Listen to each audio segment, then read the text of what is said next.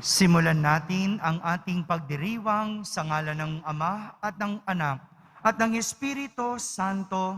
Amen. Ang pagpapala ng ating Panginoong Hesukristo, ang pag-ibig ng Diyos Ama at ang pakikipagkaisa ng Espiritu Santo naway sumainyong lahat. At sumaiyo rin. Minamahal kong mga kapatid, ngayong araw na ito, bukod sa ating pagdedebosyon sa mahal na Poong Yesus Nazareno, upang tayo'y maging marapat gumanap sa banal na pagdiriwang, aminin muna natin at pagsisihan ang ating mga kasalanan. Inaamin ko sa makapangyarihang Diyos At sa inyo, mga kapatid, nalubha akong nagkasala sa isip, sa salita at sa gawa, at sa aking pagkukulang, kaya isinasamo ko sa mahal na Birheng Maria, sa lahat ng mga anghel at mga banal, at sa inyo, mga kapatid, na ako'y ipanalangin sa Panginoong ating Diyos. Kaawan tayo na makapangyarihang Diyos, patawarin tayo sa ating mga kasalanan at patnubayan tayo sa buhay na walang hanggan. Amen. Panginoon, kaawaan mo kami. Panginoon, kaawaan mo kami. Kristo, kaawaan mo kami. Kristo, kaawaan mo kami. Panginoon, kaawaan mo kami. Panginoon, kaawaan mo kami. Manalangin tayo. Ama naming makapangyarihan, ipagkaloob mong kami magkamit kailanman ng kalusugan at kagalingan sa aming katawan at kalooban. Pakundangan sa pagdalangin ng laging birheng si Santa Mariang Mahal, kami naway mahango sa hapis sa kasalukuyan at makinabang sa kaluwalhatiang walang katapusan. Sa pamamagitan ni Jesucristo, kasama ng Espiritu Santo, magpasawalang hanggan. Amen. Magsiupo ang lahat.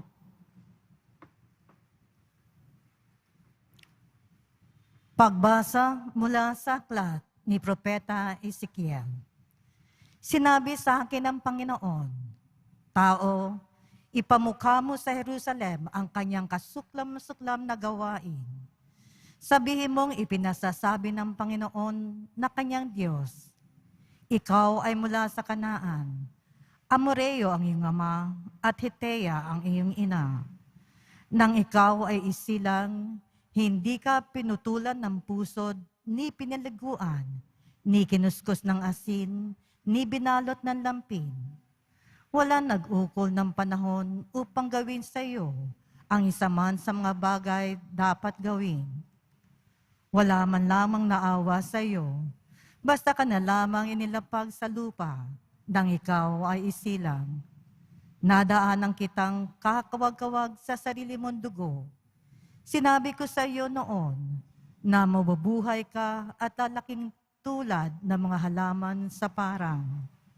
Lumaki ka nga at naging dalaga.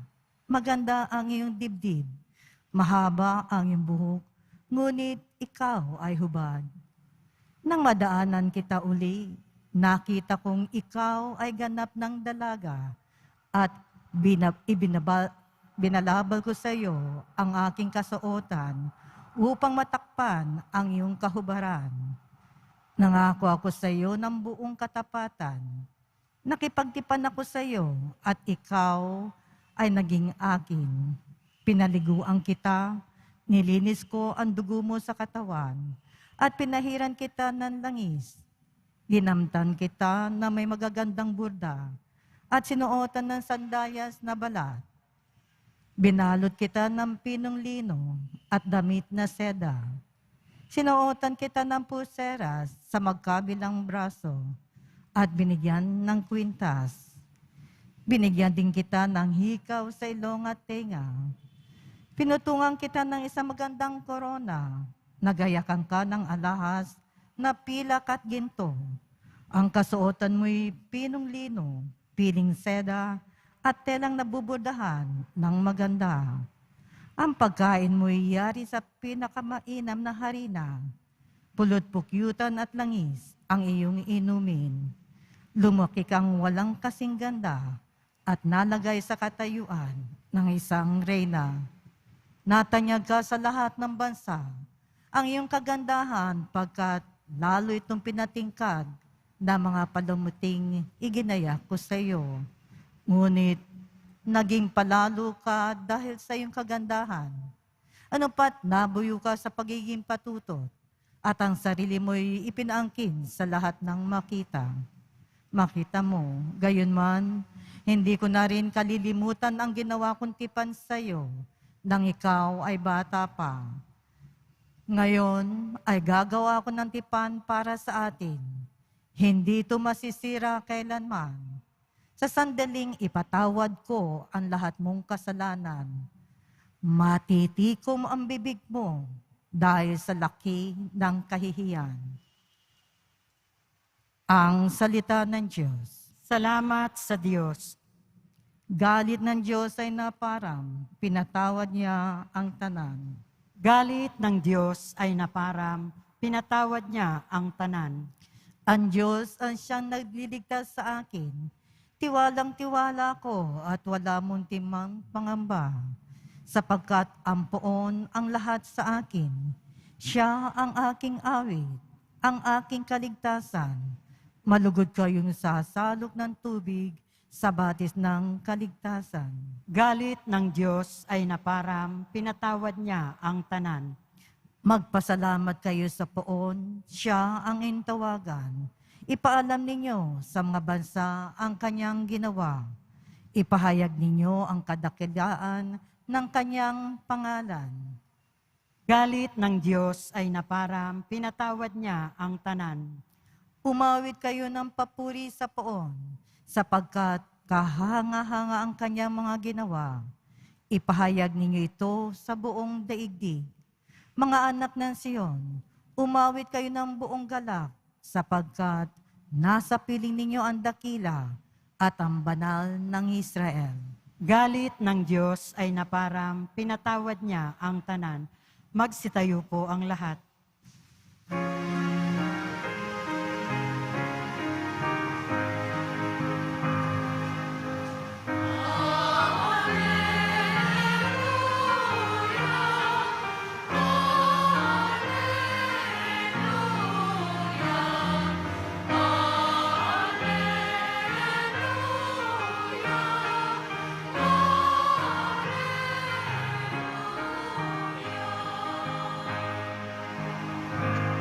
Tanggapin niyo ang salita na di sa tao nagmula, kundi sa Diyos na dakila.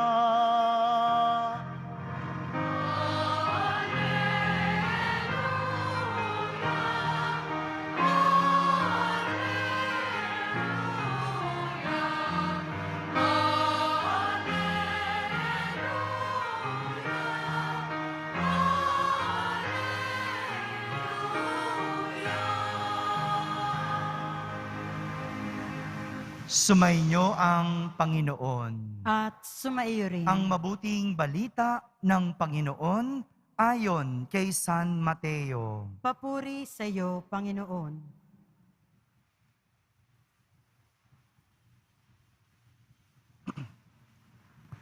Noong panahong iyon, may mga pariseyong lumapit kay Jesus at tinangkang siluin siya sa pamamagitan ng tanong na ito. Naayon ba sa kautusan na hiwalayan ng lalaki ang kanyang asawa sa kahit anong kadahilanan? Sumagot si Jesus, hindi pa ba ninyo nababasa sa kasulatan na sa pasimulay nilalang sila ng may kapal, lalaki at babae? At sinabi, dahil dito, iiwan ng lalaki ang kanyang ama at ina at magsasama sila ng kanyang asawa at sila'y magiging isa. Kaya't hindi na sila dalawa, kundi isa. Ang pinagsama ng Diyos ay huwag paghiwalayin ng tao. Tinanong siya ng mga Pariseyo, bakit iniutos ni Moises na bigyan ng lalaki ang kanyang asawa ng kasulatan sa paghihiwalay bago hiwalayan iyon? Sumagot si Jesus, dahil sa katigasan ng inyong ulo, kaya ipinahintulot ni Moises na hiwalayan ninyo ang inyong asawa. Subalit, hindi gayon sa pasimula. Kaya sinasabi ko sa inyo, sino mang lalaking humiwalay sa kanyang asawa sa anumang dahilan liban sa pakikiapid at mag-asawa sa iba, ay nangangalunya. At ang mag-asawa sa babaeng hiniwalayan ay nangangalunya rin. Sinabi ng mga alagad, kung ganyan po ang kalagayan ng lalaki sa kanyang asawa, mabuti pang wag nang mag-asawa. Sumagot si Jesus, hindi lahat ay makakatanggap ng simulaing iyan, kundi yaon lamang pinagkalooban ng Diyos, sapagkat may iba't ibang dahilan kung bakit may mga lalaking hindi nakakapag-asawa. Ang ilan ay dahil sa kanilang katutubong kalagayan. Ang iba ay dahil sa kagagawan ng ibang tao ay nagkagayon sila. Mayroon namang hindi nag-aasawa alang-alang sa ikauunlad ng paghahari ng Diyos. Ang makatatanggap ng simulaing ito ay tumanggap nito. Mga kapatid, ang mabuting balita ng Panginoon. Pinupuri ka namin, Panginoong Heso Kristo. Magsiupo ang lahat. Isang magandang araw po sa inyong lahat.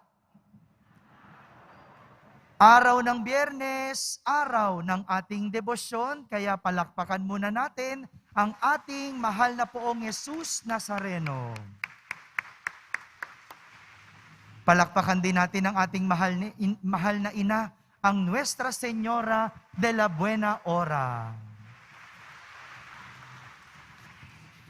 Isang tanong tungkol sa paghihiwalay ng mag-asawa ang ating narinig mula sa mga Pariseyong lumapit kay Jesus. Isang tanong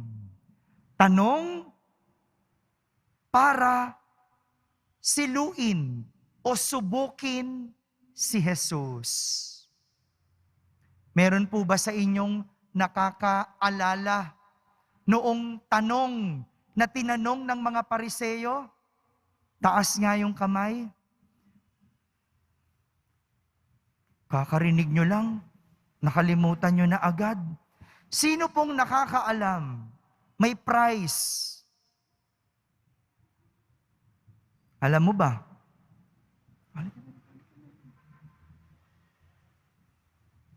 O tatay, sige, halika dali.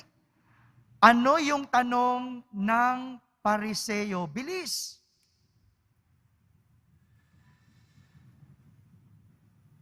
Tay, doon ka na lang sa mic. Walang exposure. Walang camera. Ano yung tanong? Wala rin. Hello. Yan. Dapat bang hiwalayan ng asawang lalaki ang kanyang babae sa anumang kadahilanan? Okay. Sige, pwede na. Palakpakan natin si tatay. Mamaya, bigay ko pagkatapos ng misa. Ang tanong ng Pariseyo, naaayon ba? Kumpletuhin ko lang. Naaayon ba sa kautusan na hiwalayan ng lalaki ang kanyang asawa sa kahit na anong kadahilanan? Maganda himayin natin ang sagot ni Jesus para malinawan tayo sa kasagutan tungkol sa pag-aasawa. No? Balikan natin yung sagot ni Jesus. Ang sabi ni Jesus, una, binalikan niya ang kasulatan. Kasi ang tanong ay tungkol sa kasulatan. Naayon ba sa kasulatan? Yun ang tanong. Kaya walang ibang sagot, kundi mula din sa kasulatan. Binalikan ni Jesus at kanyang sinabi, sa pasimula ay nilalang sila ng may kapal, lalaki at babae. Sabihin nyo nga po, lalaki at babae. Ibig sabihin, ang pag-aasawa ay para sa lalaki at babae. Period. Wala nang dinagdag. Bago po mag-react at magalit ang ilan, lalo na sa mga nagsusulong ng kung ano-ano, ito po ay galing sa kasulatan. Malinaw. Ito po ay galing sa kasulatan. Nilalang sila ng may kapal, lalaki at babae. Pangalawa, sinabi ni Jesus, iiwan ng lalaki ang kanyang ama at ina at magsasama sila ng kanyang asawa.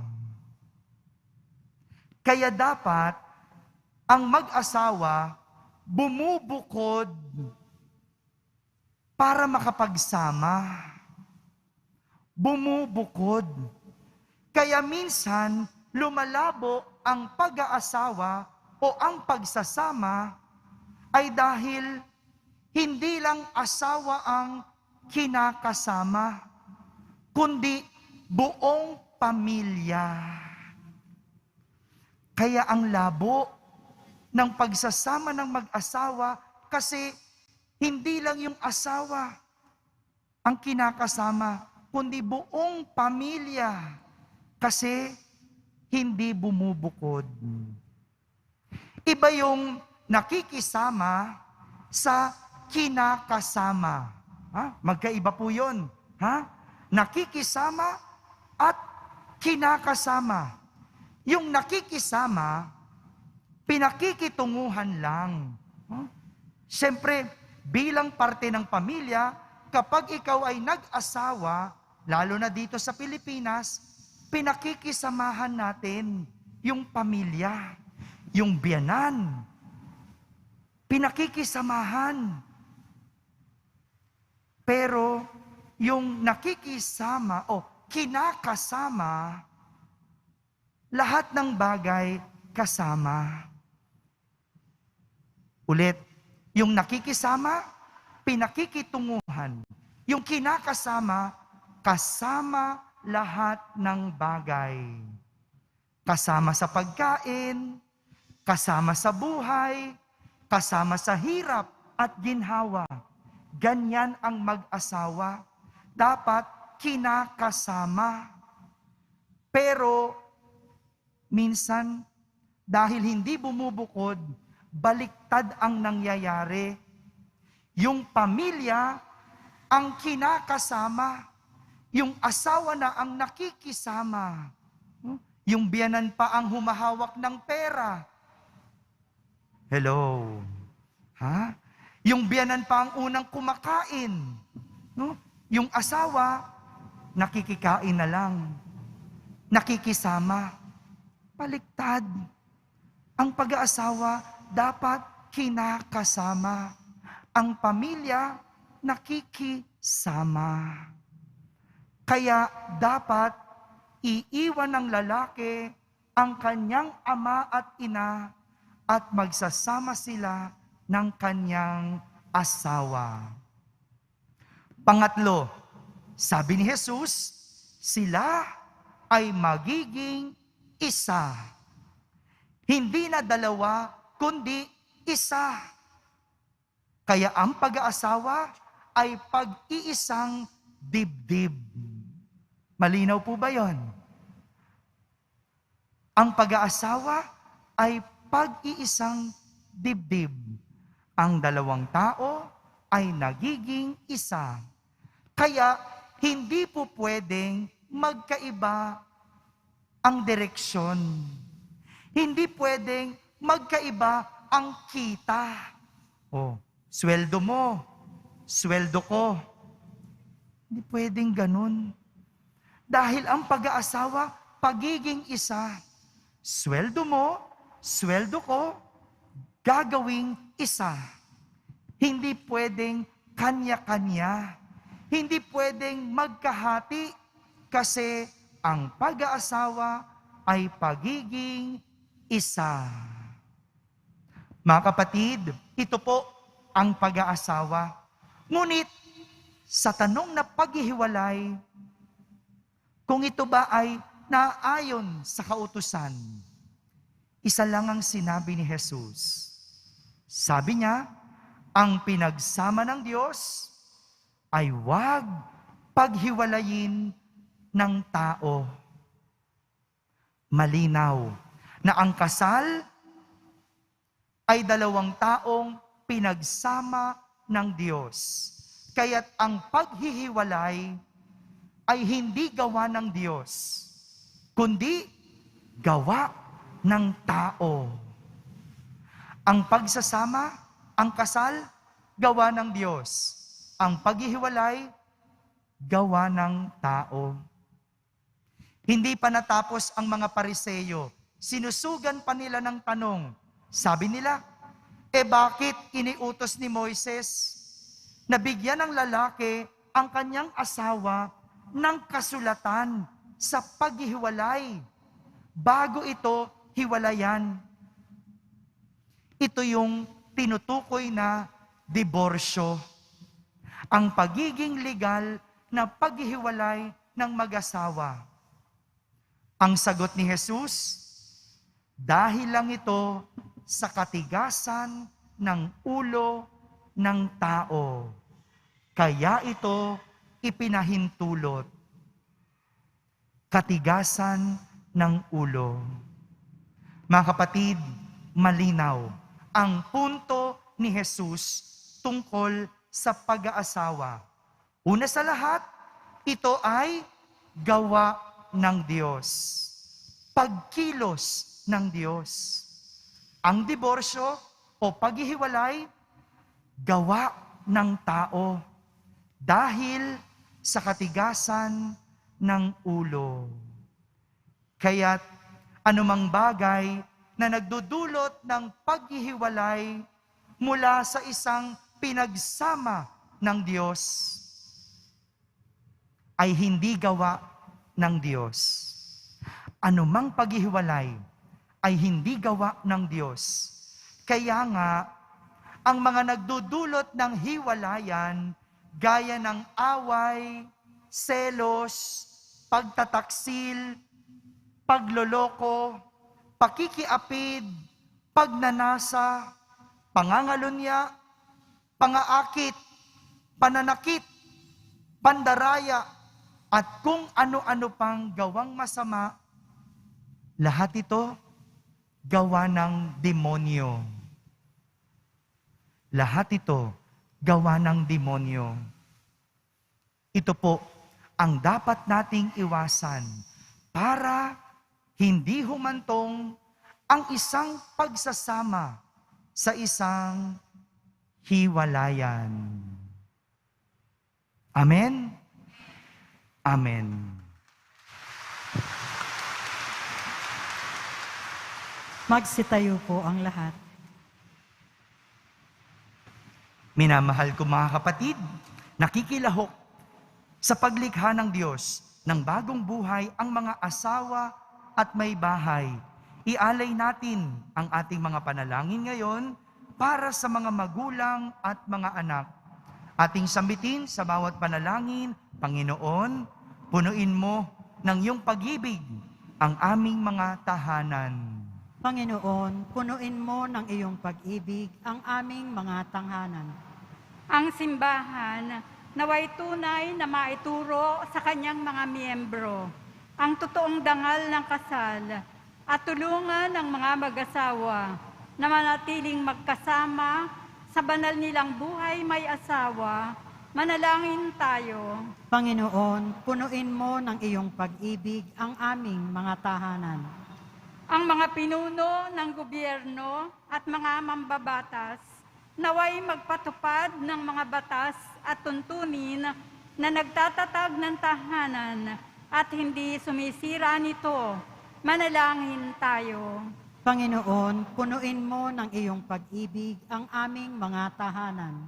Ang mga dumaranas ng mga pagsubok sa kanilang buhay may asawa, naway makatanggap ng biyaya na makapagsumikap isabuhay ang kanilang mga pangako. Manalangin tayo. Panginoon, punuin mo ng iyong pag-ibig ang aming mga tahanan. Ang mga pamilyang nasira dahil sa diborsyo at paghiwalay, naway makatagpo ng suporta at pangunawa sa kanilang kapwa-tao, sa kanilang komunidad. Manalangin tayo. Panginoon, punuin mo ng iyong pag-ibig ang aming mga tahanan. Ang mga yumao nating mga kamag-anak at kaibigan, naway magtamo ng kaligayahan at kapayapaan sa walang hanggang tahanan ng Diyos. Manalangin tayo. Panginoon, punuin mo ng iyong pag-ibig ang aming mga tahanan. Sa katahimikan, ating ilapit sa Diyos ang ating mga pansariling kahilingan.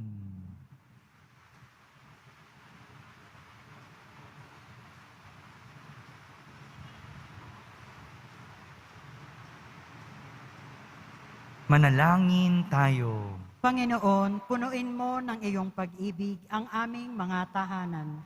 Diyos ng pag-ibig, nilikha mo kaming lalaki at babae upang ipagpatuloy ang iyong gawaing lumikha.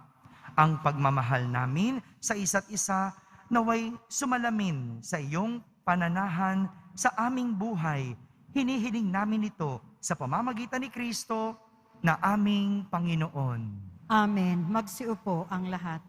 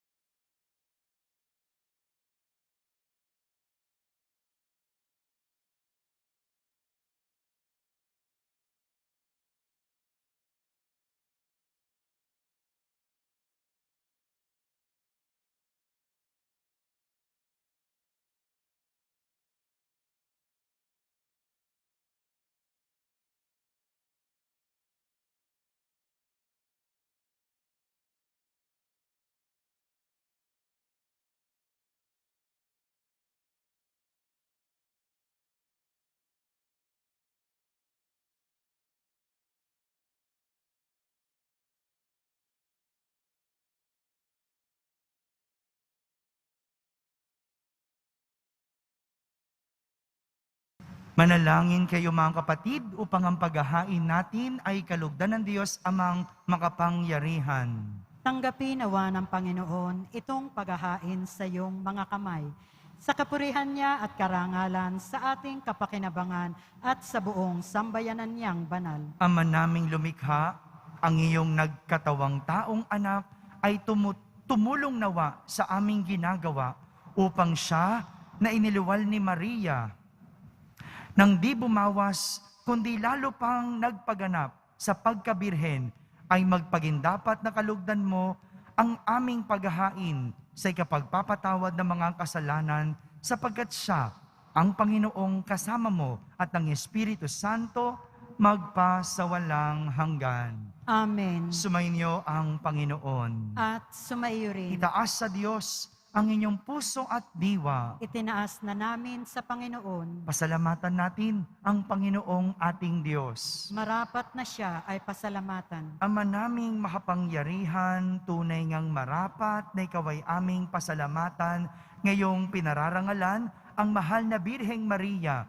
Bukod mong pinagpala sa babaeng lahat, ang mahal na Birheng totoong mapalad na iyong piniling maging ina ng iyong anak nung isugo mo siya bilang aming Mesiyas. Sa kapangyarihan ng Espiritong Banal, ang Birheng Maria ay naging inang tunay ng iyong anak na kanyang isinilang bilang liwanag nitong sanlibutan. Kaya kaysa ng mga anghel na nagsisiawit ng papuri sa iyo nang walang humpay sa kalangitan, kami nagbubunyi sa iyong kadakilaan.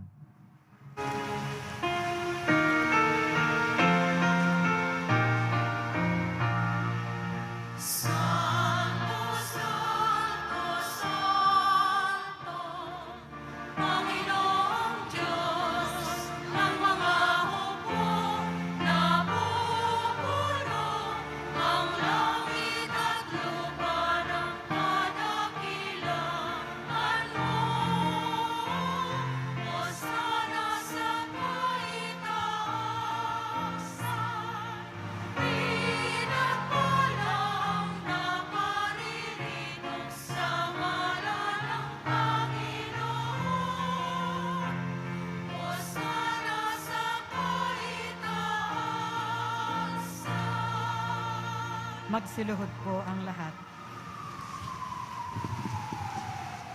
Ama naming banal, ikaw ang bukal ng tanang kabanalan. Kaya't sa pamagitan ng iyong Espiritu, ay gawin mong banal ang mga kaloob na ito upang para sa amin ay maging katawan at dugo ng aming Panginoong Hesukristo. Bago niya, pinagtiis ang kusang loob na maging handog, hinawakan niyang tinapay, pinasalamatan kanya, pinaghati-hati niya iyon, iniabot sa kanyang mga lagad at sinabi, "Tanggapin ninyong lahat ito at kanin. Ito ang aking katawan na inihahandog para sa inyo."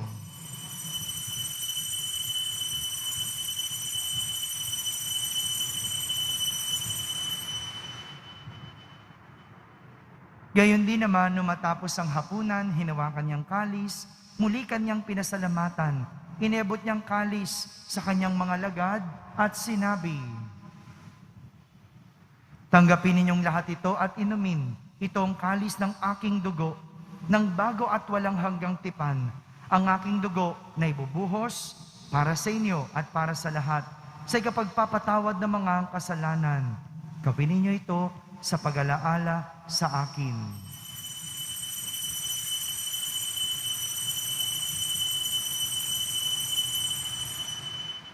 Magsitayo po ang lahat. Ipagbunyi natin ang misteryo ng pananampalataya. Si Kristo'y namatay, si Kristo'y nabuhay, si Kristo'y babalik sa wakas ng panahon.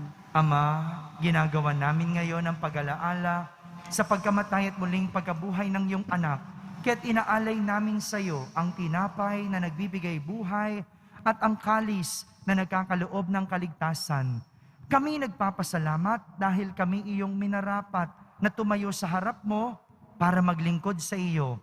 Isinasamo namin kaming magsasalo-salo sa katawan at dugo ni Kristo ay mabuklod sa pagkakaisa sa pamamagitan ng Espiritu Santo. Ama, lingapin mo ang iyong simbahang laganap sa buong daigdig. Puspusin mo kami sa pag-ibig kaysa ni Francisco na aming Papa, ni Jose na aming obispo at ng Tanang Kaparian. Alalahanin mo rin ang mga kapatid naming nahimlay na may pag-asang sila'y muling mabubuhay. Gayon din ang lahat ng mga pumanaw. Kawan mo sila at patuloyin sa iyong kaliwanagan. Kawan mo at pagindapating kaming lahat na makasalo sa iyong buhay na walang wakas. Kaisa na mahal na Birheng Maria na Ina ng Diyos, ang aming Nuestra Señora de la Buena Hora, ng kabiyak ng puso niyang si San Jose, kaysa ng mga apostol, ni San Juan Bautista, at ng lahat ng mga banal na namuhay dito sa daigdig ng kalugod-lugod sa iyo. May pagdiwang nawa namin ang pagpupuri sa kararangal mo sa pamamagitan ng iyong anak na aming Panginoong Heso Kristo. Sa pamamagitan ni Kristo, kasama niya at sa Kanya, ang lahat ng parangal at papuri ay sa iyo, Diyos Amang makapangyarihan, kasama ng Espiritu Santo, magpa sa walang hanggan.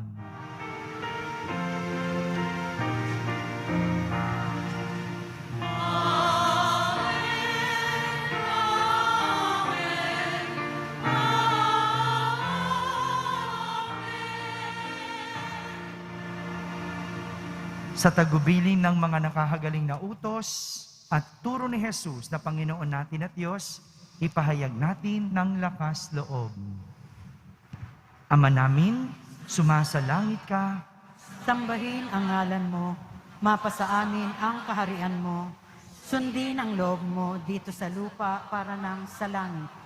Bigyan mo kami ngayon ng aming kakanin sa araw-araw at patawarin mo kami sa aming mga sala para nang pagpapatawad namin sa nagkakasala sa amin.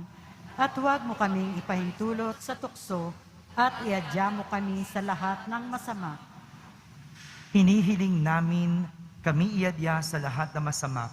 Pagkalooban ng kapayapaan araw-araw, iligtas sa kasalanan at ilayo sa lahat ng kapahamakan. Samantalang aming pinananabikan ang dakilang araw ng pagpapahayag ng tagapagligtas naming si Heso Kristo. Sapagkat iyo ang kaharian at ang kapangyarihan at ang kapurihan magpakailanman. Amen. Panginoong Heso Kristo, sinabi mo sa iyong mga apostol, kapayapaan ang iniiwan ko sa inyo, ang aking kapayapaan ang ibinibigay ko sa inyo. Tunghayan mo ang aming pananampalataya at huwag ang aming pagkakasala.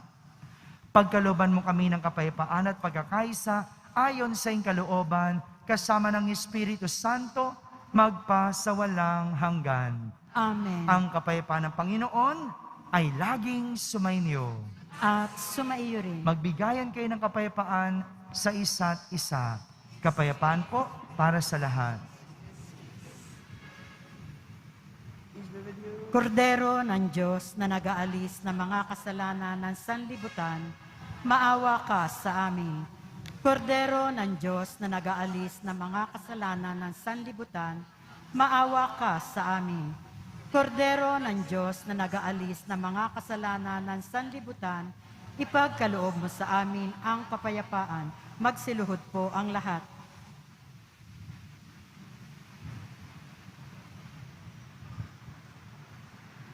Ito ang kordero ng Diyos. Itong nag-aalis ng mga kasalanan ng sanlibutan. Mapalad ang mga inaaniyahan sa kanyang piging. Panginoon, hindi ako karapat-dapat na magpatuloy sa iyo, ngunit sa isang salita mo lamang ay gagaling na ako. Ang katawan ni Kristo, Amen.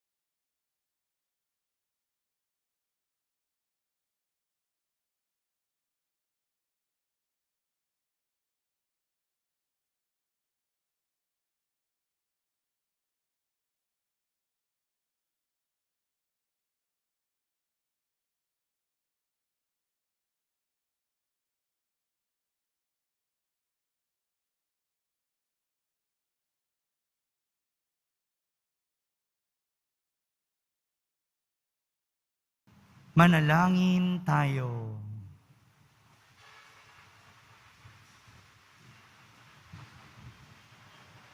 Ama naming mapagmahal, sa pagsasalo namin sa banal na pakikinabang, ang iyong kagandahang loob ay aming hinihiling upang ang pagpaparangal namin sa mahal na Birhen at pagtulad namin sa Kanya ay mapagindapat na kami aming paglingkuran ang pagganap sa kaloob mong kaligtasan sa pamamagitan ni Jesucristo kasama ng Espiritu Santo magpasawalang hanggan. Amen. Sumainyo ang Panginoon.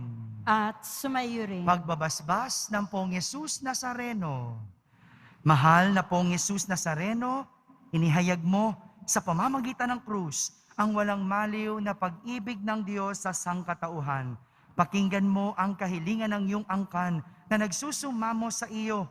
Makamtanawan nila ang inyong katugunan at tanggapin ang kasagutan na may utang na loob na tinatanaw.